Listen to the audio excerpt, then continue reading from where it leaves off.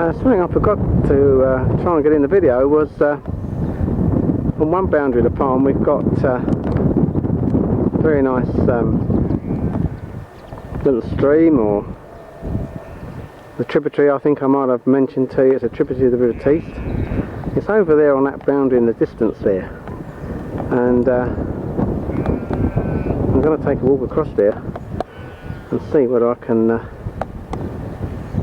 get a little bit of it on the video for you. Right, we're actually getting across there now, but interestingly, halfway across the field, I've noticed if I get too close here go, there's a big old heron over there, sitting right over on the edge in the distance. I'll try and get a bit closer, but I expect he'll fly off if I do. There he is. There was two there, but one's disappeared into the bushes. There's another one. I'm pretty sure he's going to do some fishing. We'll get over there and see if we can find out. Yeah, he's still there. Now Barlam's taking great interest in me. I'm more interested in the heron. There he is. Probably well in the distance. Don't know if this lens is on this video. The wind's blowing like mad. I'm trying to hold this camera still. But there he is. We'll get our way over there and see what we can see. Just as I thought, he's took off. And there he goes. He's away. He's gone. He's history. Well, I'm over on the on that boundary now, and trying to show you this water, but it's very difficult because it's so overgrown. There's some lovely water running down through here. If I pan the camera around, which I do, we'll get a view of the farm. As you can see, this is really a lovely boundary to the farm. I think this is what's known as the western boundary. Down underneath this hedgerow and these trees runs this brook. Very difficult to get it on video because it's so overgrown. But I'll pan round and try and show you from here. We go back round to the farm. That's the poultry shed. We're going round. I hope the camera's adjusting to the bright sunlight out there, alright. I'm round and you can see the house over there in the distance. There we are. That's the farm, that's the house, and the house standing behind. Okay, we'll go on further up the boundary and see if we can just making our way up to the further corner where the ponds are, and I'll stop to have a little look at the sheep on the way. This is a site we probably won't see much more of because obviously we won't have sheep on this land, so I'm probably overdoing it a bit. We were taking that was a black lamb when we were down there back in February.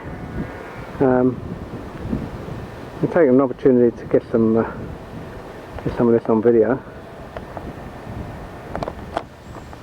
Okay, well we're nearly up to the where I want to get. Now this is one of the ponds that's been excavated by our neighbours. More like going through across the other side of the brook to his property. He's excavated these large ponds, and this is one of them. We enjoy this the benefit of this feature, although we really didn't do anything towards a trip. This is probably the nicest boundary of the property because of the water. There's some nice water here. Well, we don't know what's in there, but there's obviously a lot of fish in there because the heron's always paying it a visit.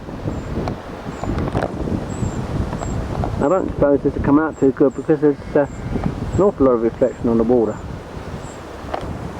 I can't really show you the stream very well because it's so awfully overgrown, but it's running down beneath these bushes and weeds right down through this boundary.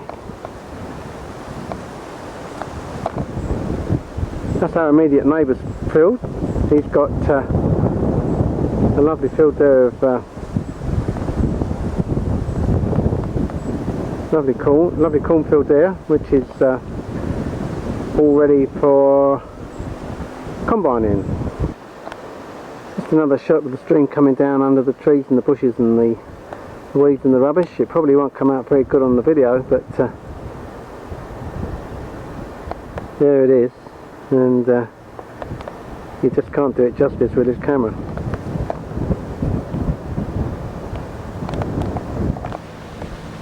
There's yet another one of these ponds.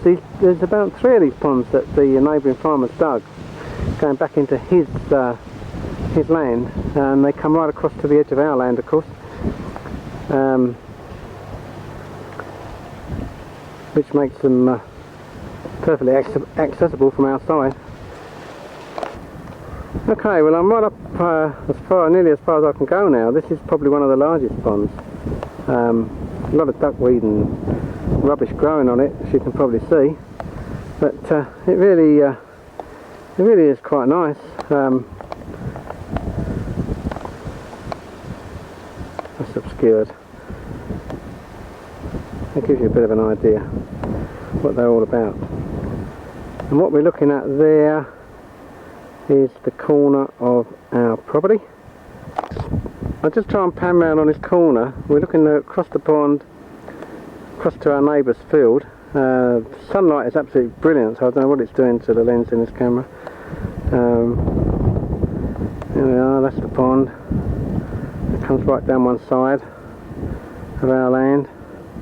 And we're panning around. That's our boundary fence. The other side of that fence is the cornfield belonging to our neighbour, Paddy Burke, who's an ex-plant iron man. And there we go, right down that boundary line towards the northern boundary of the farm.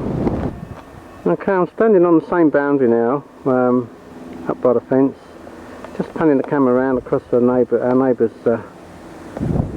cornfield, just to give you a bit of an idea of the countryside. Very, very rural.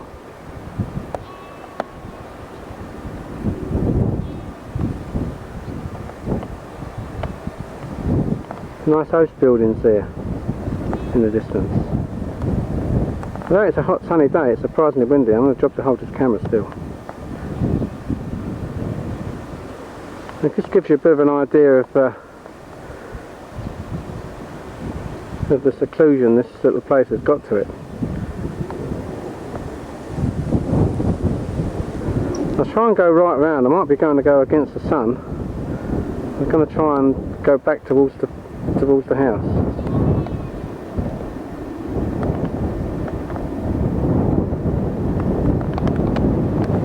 This may or may not work.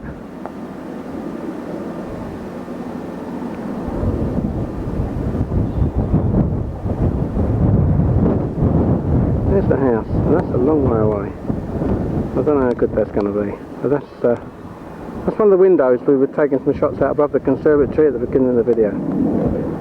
That's a fair way across there, because this field is, I'm standing across the other side of it, it's about a 10-acre field, 12-acre field perhaps, so that's a long way away. There we go. That's our boundary fence running along. Come round.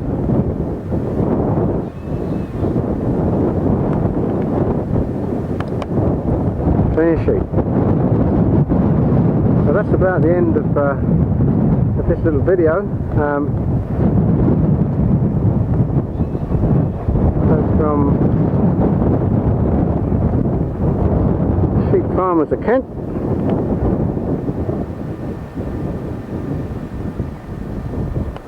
It's time to say goodbye.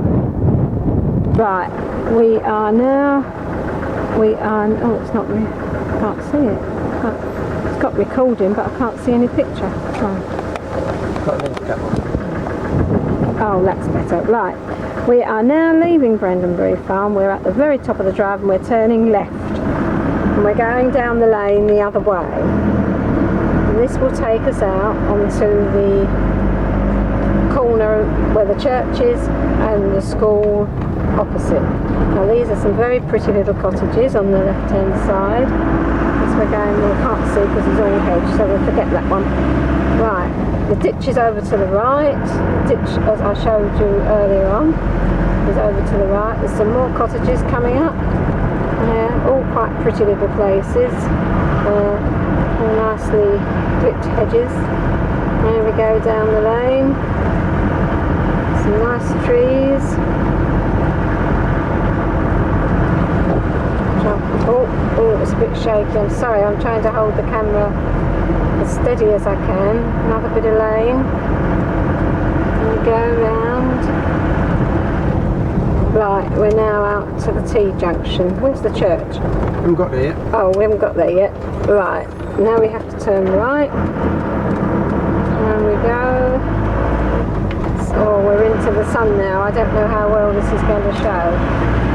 We are coming up back onto the, I think this is the B road. I don't know how well this is going to show because oh, there's the spire of the church called St Margaret's Church, Collier Street.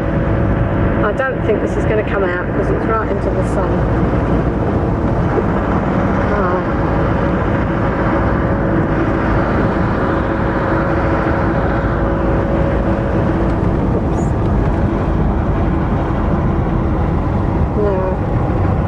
Church. Oh, we've gone by it. There it is. There it is. There's the little church. It's not focusing very well.